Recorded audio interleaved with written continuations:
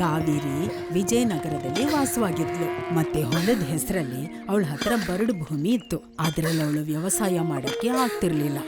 ಕಾವೇರಿ ಹಗಲು ರಾತ್ರಿ ಕಷ್ಟಪಡ್ತಿದ್ಲು ಅವಳಲ್ಲಿ ವ್ಯವಸಾಯ ಮಾಡೋದಿಕ್ಕೆ. ಮತ್ತೆ ಅವಳ ಗಂಡ ಬ್ರಿಡ್ಜು ಅವನಂತೂ ಸೋಮೇರಿಗಳ ಸರ್ದಾರ ಆಗಿದ್ದ.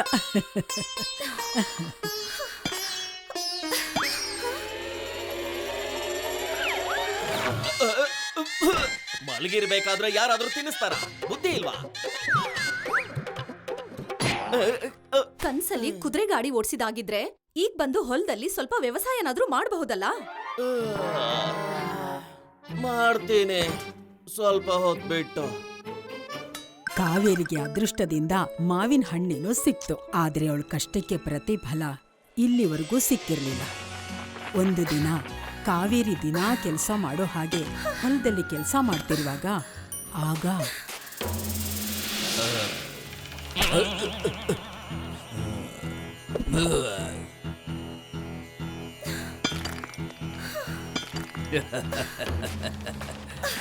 ತಂಗ್ಯವ್ವ, ಯಾಕೆ ಬಂಜರು ಭೂಮಿನಲ್ಲಿ ಇಷ್ಟೊಂದು ಕಷ್ಟ ಪಡ್ತಾ ಇದ್ಯಾ?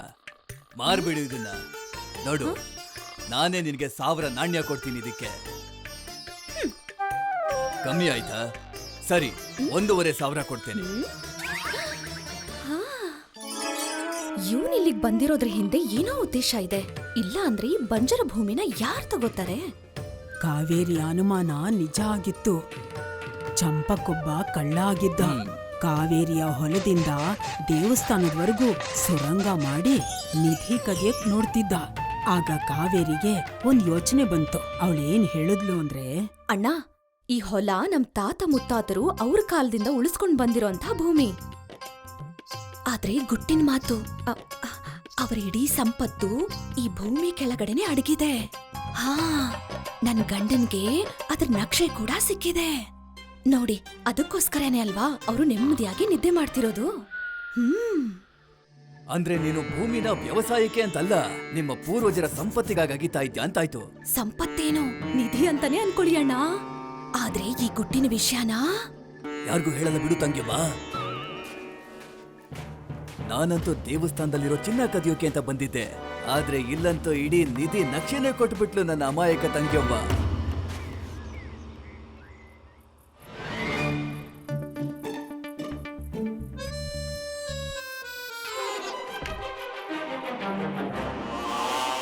ನಡಿ, ನಿಧಿನ ಹುಡುಕಿ ತೆಗೆಯೋಣ.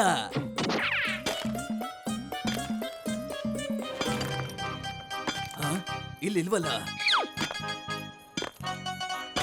ಇಲ್ಲೂ ಇಲ್ವಲ್ಲಪ್ಪ.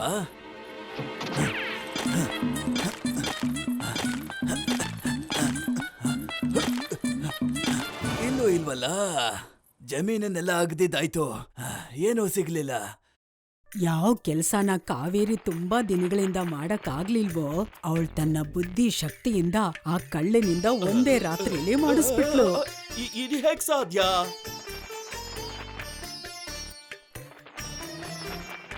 ಕೆಲವು ದಿನಗಳಾದ್ಮೇಲೆ ಆ ಬರಡು ಭೂಮಿಯಲ್ಲಿ ಫಸಲು ಬರಕ್ ಶುರುವಾಯ್ತು.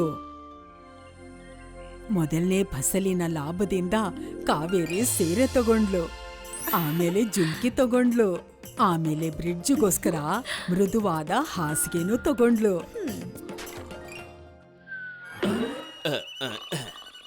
ಮನೆಯಲ್ಲಿ ಎಲ್ಲಾ ವಸ್ತುಗಳು ಹೊಸದಾಗಿತ್ತು, ಮನೆ ಮಾತ್ರ ಹಳೇದೇ ಆಗಿತ್ತು. ಓಹೋ, ಈ ಮನೇನೇನ್ ಮಾಡ್ಲಿ?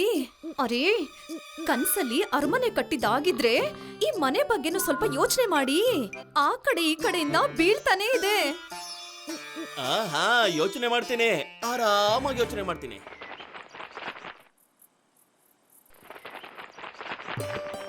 ಹಾಗೆ ತುಂಬಾ ದಿನಗಳ ನಂತರ ಚಂಪಕ್ ಮತ್ತೆ ವಿಜಯನಗರಕ್ಕೆ ಬಂದ.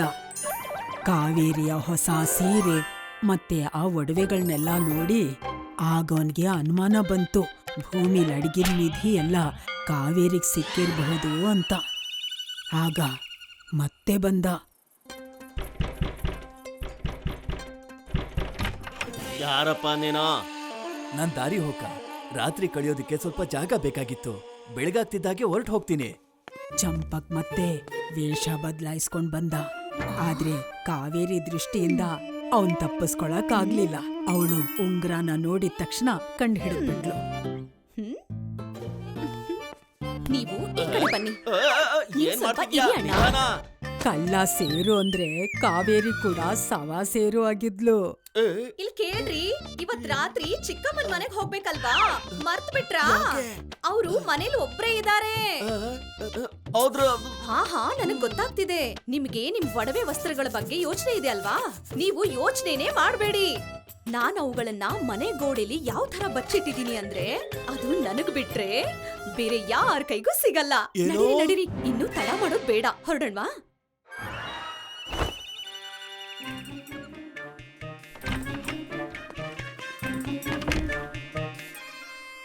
ಅಣ್ಣ, ಮನೆ ಕಡೆ ಗಮನ ಇರ್ಲಿ. ನಾವು ಬೆಳಗಾಗೋಷ್ಟೊತ್ತಿಗೆ ಬಂದ್ಬಿಡ್ತೀವಿ. ಆಗ್ಲಿ ತಂಗ್ಯವ್ವ. ಕಾವೇರಿನೂ ಬ್ರಿಡ್ಜು ಹೊರಡ್ತಿದ್ ಹಾಗೆ ಕಳ್ಳ ತನ್ನ ಕೆಲ್ಸ ಶುರು ಮಾಡ್ಕೊಂಡ. ಪಾಪ ಅವನು ಇಡೀ ರಾತ್ರಿ ಗೋಡೆಗಳನ್ನೆಲ್ಲ ಒಡೆದು ಹಾಕ್ತ, ಒಡವೆ ಮತ್ತೆ ದುಡ್ಡು ಸಿಗ್ಬೋದೇನೋ ಅಂತ. ಆದ್ರೆ ಅವನಿಗೆ ಸಿಕ್ಕಿದ್ದು ಬರೀ ಇಲಿಗಳು. ಇನ್ನೊಂದು ಕಡೆ ಇರುವೆಗಳು ಮತ್ತೆ ಕಣ್ತುಂಬ ಕಣ್ಣೀರು.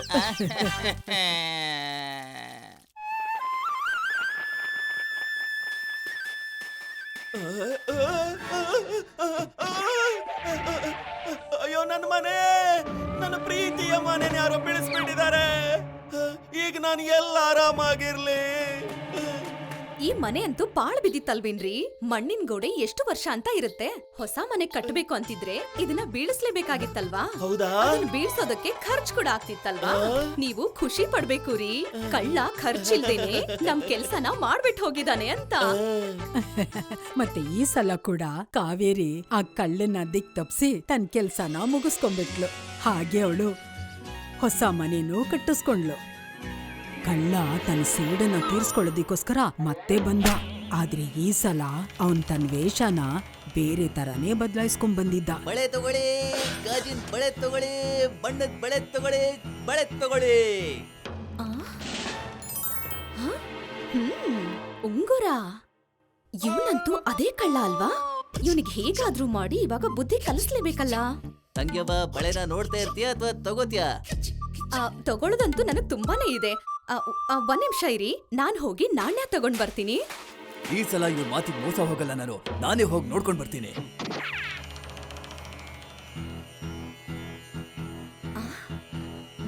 ಅರೆ, ನಾಣ್ಯಗಳನ್ನ ಇಲ್ಲೇ ಇಟ್ಟಿದ್ನಲ್ವಾ? ಈಗ ಕಾಣ್ತಾನೆ ಇಲ್ವಲ್ಲ? ಅಯ್ಯೋ, ಇಲ್ಲೂ ಕೂಡ ಕಾಣ್ತಿಲ್ಲ. ಓ, ನನ್ನ ಅಮಾಯಕಿ ತಂಗಿಯವ್ವ ಕಳ್ಳರ ಭಯದಿಂದ ನಾಣ್ಯನ ಮರದ ಪೊಟರೆಯಲ್ಲಿ ಬಚ್ಚಿಟ್ಟಿದ್ದಾಳೆ. ಓಹೋ, ಈಗೇನ್ ಮಾಡ್ಲಿ ನಾನು? ಈ ನಾಣ್ಯಗಳನ್ನ ಎಲ್ಲಿಟ್ ಮರ್ತ್ಬಿಟ್ಟೆ ನಾನು?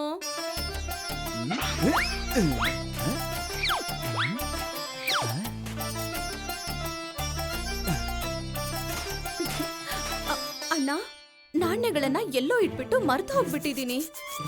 ನೀವು ಮುಂದಿನ ಸಲ ಬಂದಾಗ ನಾನು ಖಂಡಿತ ತಗೋತೀನಿ. ಮುಂದಿನ ಸಲ ಯಾಕೆ ತಂಗಿಯವ್ವ? ತಗೋ, ನೀನು ಬಿಟ್ಟಿಯಾಗಿದ್ದಿಷ್ಟನ್ನು ನೀನೇ ಇಟ್ಕೋ. ಕಾವೇರಿ, ಆ ಬಳೆಗಾರ ನಿನ್ಗೆ ಇಷ್ಟೊಂದ್ ಬಳೆಗಳನ್ನ ಕೊಟ್ಟು ಎಲ್ಲಿ ಹೊರಟೋದ? ಮರದ ಪೊಟ್ರೆಗಳಲ್ಲಿ ನಾಣ್ಯ ಹುಡ್ಕೋದಕ್ಕೆ. ಇವನು ಅದೇ ಕಳ್ಳ ರೀ. ಈ ಸಾರಿ ಇಂಥ ವ್ಯವಸ್ಥೆ ಮಾಡಿದೀನಿ ಅಂದ್ರೆ ಅವನ್ ಇನ್ನೊಂದ್ಸರಿ ಈ ಕಡೆ ತಲೆ ಹಾಕಲ್ಲ. ಅವನ ಆಯಸ್ಸು ಮುಗ್ದು ಹೋಗ್ಬಹುದು, ಆದ್ರೆ ಮರಗಳಲ್ಲ ರೀ.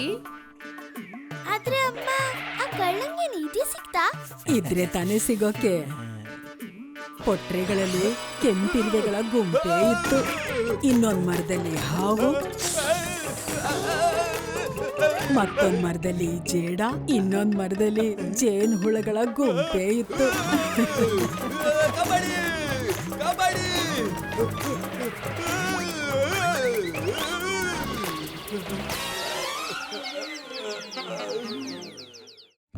If you like this video, subscribe to our channel Murthy Media.